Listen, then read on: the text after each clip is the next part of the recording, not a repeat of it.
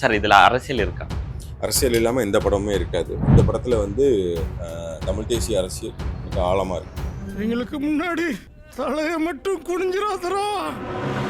அதுவும் நீங்கள் ட்ரெய்லரில் பார்த்த அந்த ஒரு டயலாக்னால தான் அண்ணன் அந்த படத்துக்குள்ளே வந்தாங்க. அது முக்கியமாக அந்த கேரக்டருக்கு யாரும் வச்சிருக்கேன்னு கேட்டாங்க. இல்லைன்னா இது வரைக்கும் டிசைட் பண்ணலன்னா அப்போ அந்த கேரக்டர் நானே பண்ணுறேன்னு சொல்லிட்டாங்க. உங்களுக்கு பிடிச்ச நேமா கருவாச்சி? அது ஏன் வச்சிருந்தேன் அப்படின்னா, நம்மள வந்துட்டு சில விஷயங்கள்லாம் சொல்லி இப்படியே வச்சிருப்பாங்கல்ல. சும்மா சொல்ல போனோம்னா, கருப்பா இருந்தாலும் கலையா இருக்க அப்படிங்கிற ஒரு டயலாக் சொல்லுவாங்க.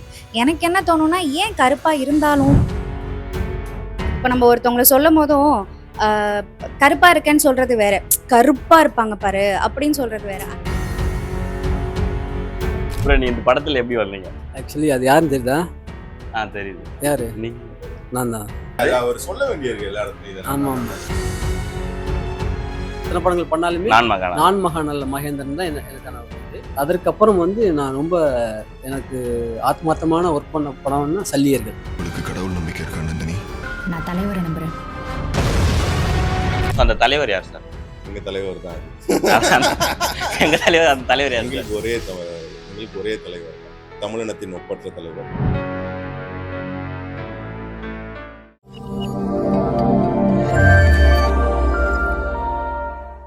ஃபுல் அண்ட் சினிமா நேயர்களுக்கு வணக்கம். இன்னைக்கு நம்ம எந்த டீமை பார்க்க போறோம்னா சல்லியர்கள்.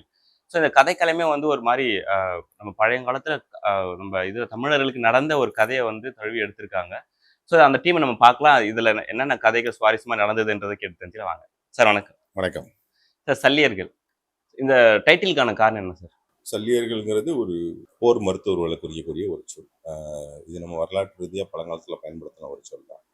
அது இந்த படத்துக்கு சரியா இருக்குன்றதுக்காக இந்த பெயரை வச்சிருக்கோம். இப்போ மருத்துவர்கள், அதாவது அந்த போர்க்களத்துல இருக்கிற மருத்துவர்கள் மட்டும் இந்த அவங்களுக்கு பேர் சல்லியர்கள். வரலாற்று ரீதியாவே இந்த பேர் உண்டு தமிழ் சமூகத்துல. அது இந்த படம் வந்து வார் மெடிசன் சம்பந்தமான படங்கிறதுனால இது வந்து சல்லியர்கள் இந்த பேர் வச்சிருக்காங்க. சார், சிங்கத்தீவு ஒரு தீவு பேஸ் பண்ணி இந்த படம் எடுத்திருக்கீங்க. ஸோ இது வந்து வேற தீவை குறிக்குதா? இந்த மாதிரி தீவு இருக்கா ஆல்ரெடி? இல்ல, இது எல்லாமே வந்து புனைவு பெயர்கள் தான். இது இமேஜினரியா நாங்க அந்த பேர் அந்த நிலத்துக்கு வச்சிருக்கோம். இமேஜினரியா இப்ப அந்த நிலத்துக்கு அந்த பேர் நம்ம வச்சா கூட அங்க நடந்த அந்த சம்பவங்கள் எல்லாமே வந்து ஒரு உண்மைக்கு நெருக்கமான சம்பவங்கள் தான். ஸோ அதை தான் நம்ம வந்து நம்ம படத்துலையும் கொண்டு வரோம்.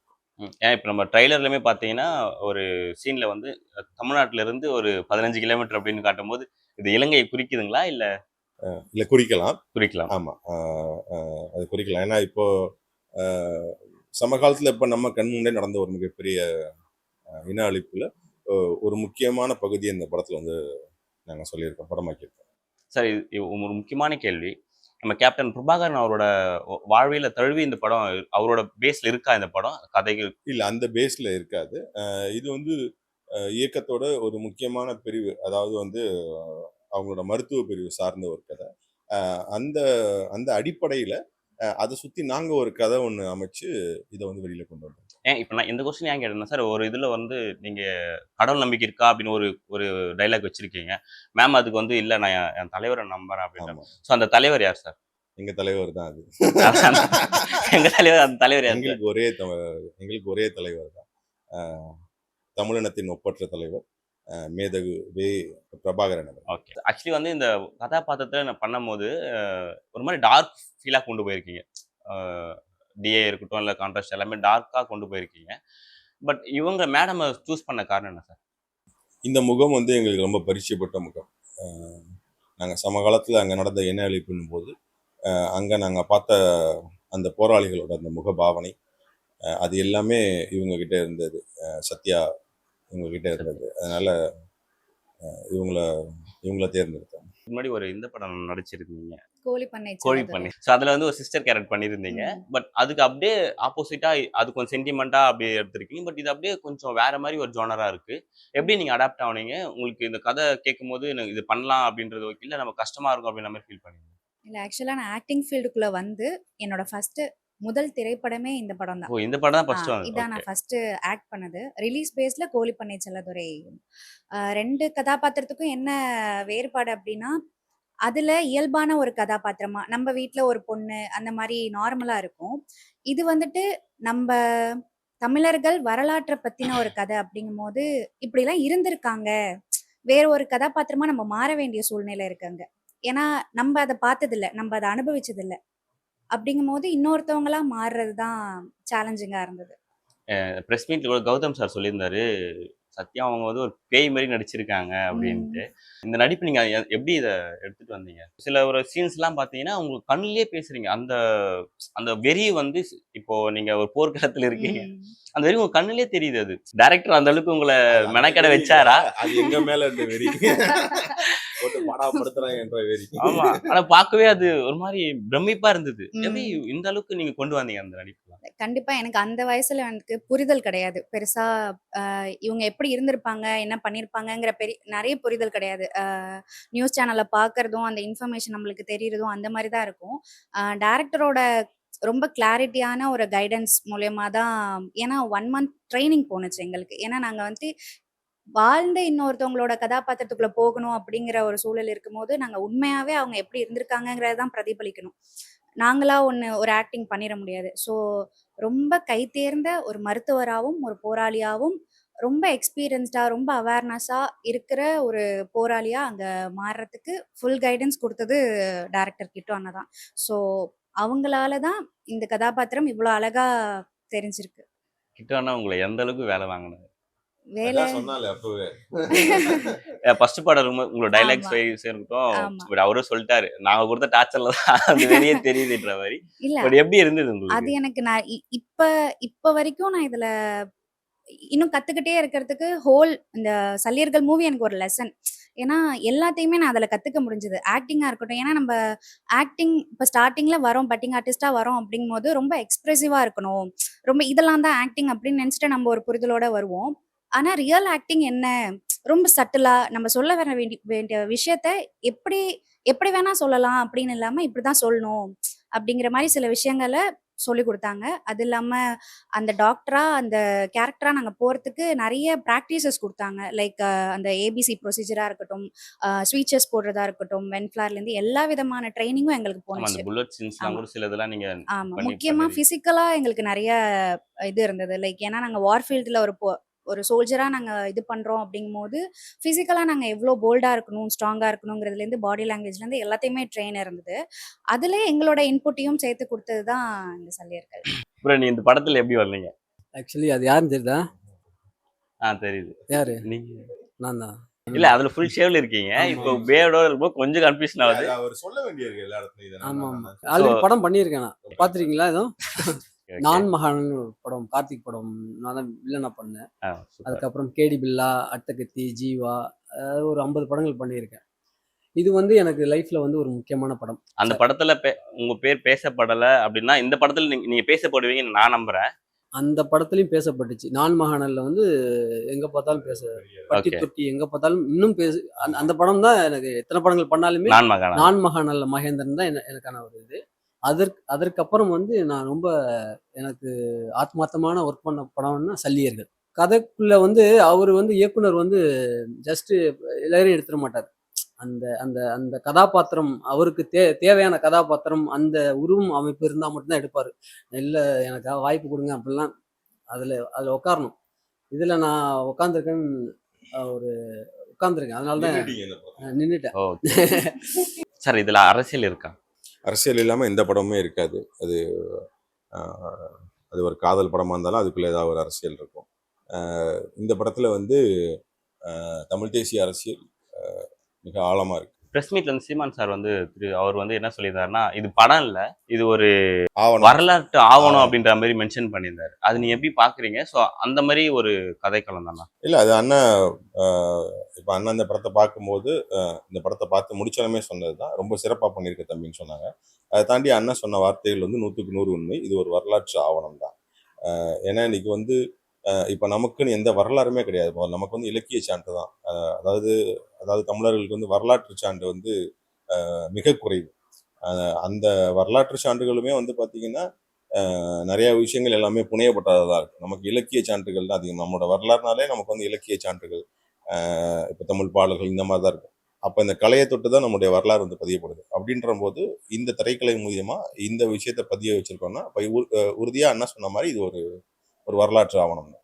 சார் நம்ம சாரோட ப்ரொடக்ஷன்ல நீங்க எப்படி சார் வந்தீங்க? இந்த கதை அவர் எப்படி தேர்வு பண்ணார்? இல்ல அதான் கருணா சார்.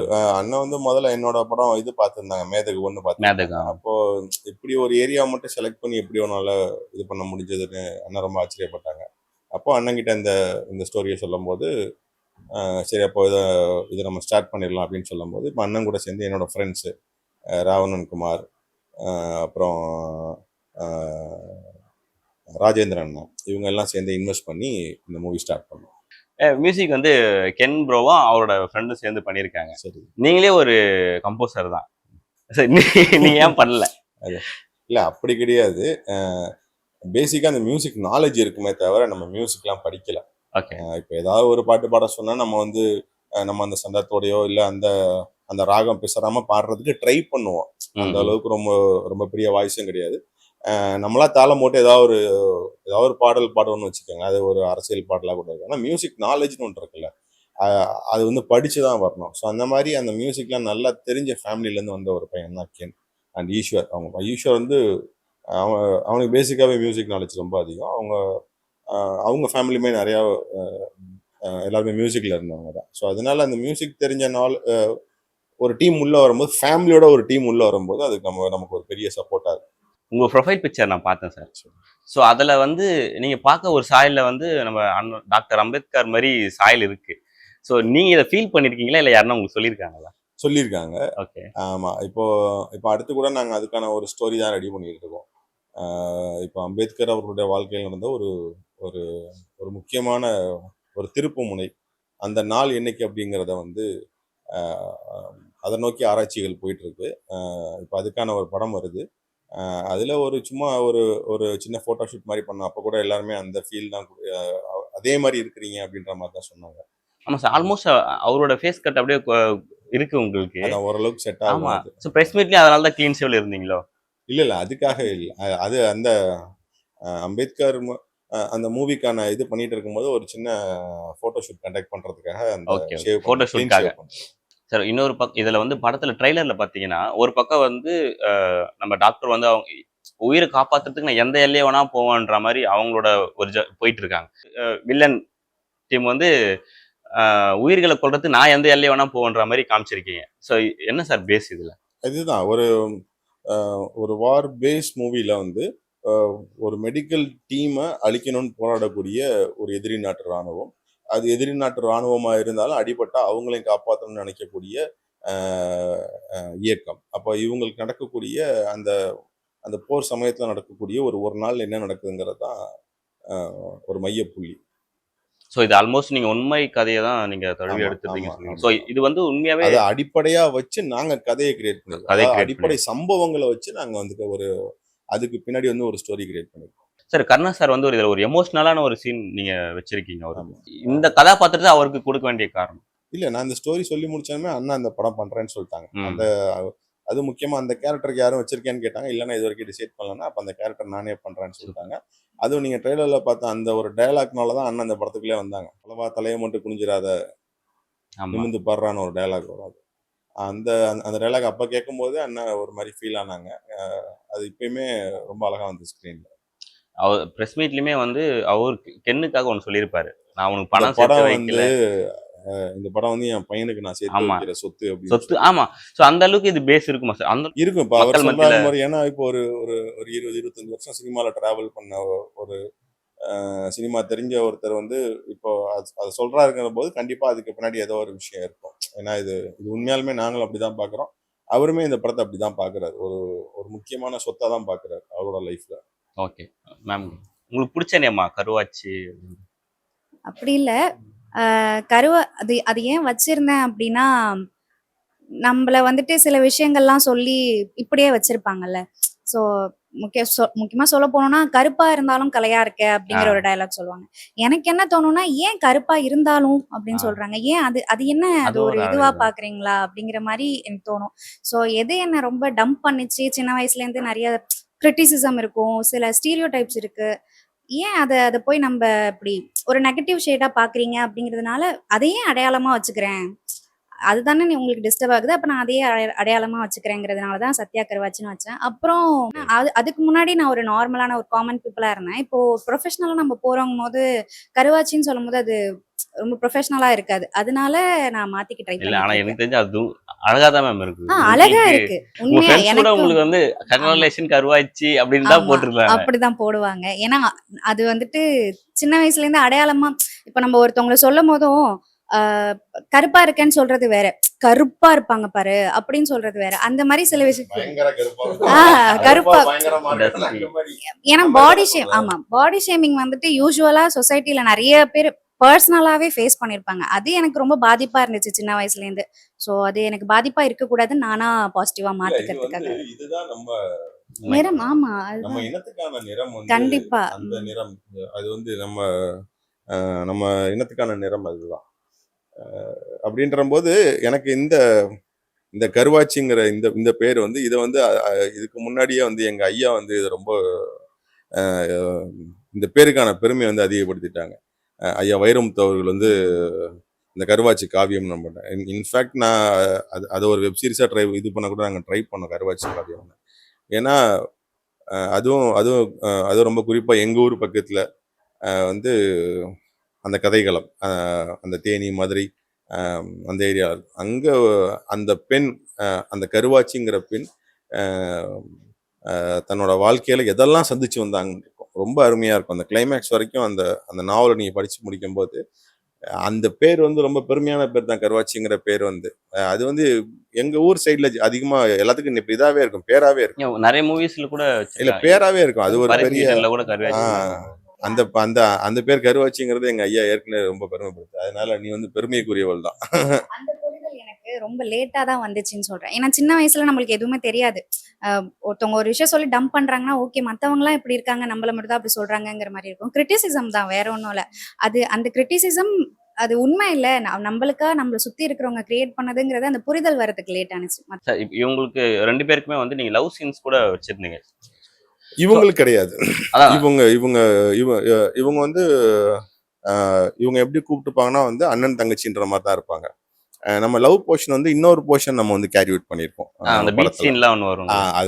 அதுல வந்து அது வந்து இன்னொரு போராளிக்கான முந்தைய வாழ்க்கை. அது வந்து போராட்ட காலத்துல நடக்கக்கூடிய இது கிடையாது காதல். ஏன்னா அங்க அது இல்லை. அதாவது அந்த களத்துல இல்லை.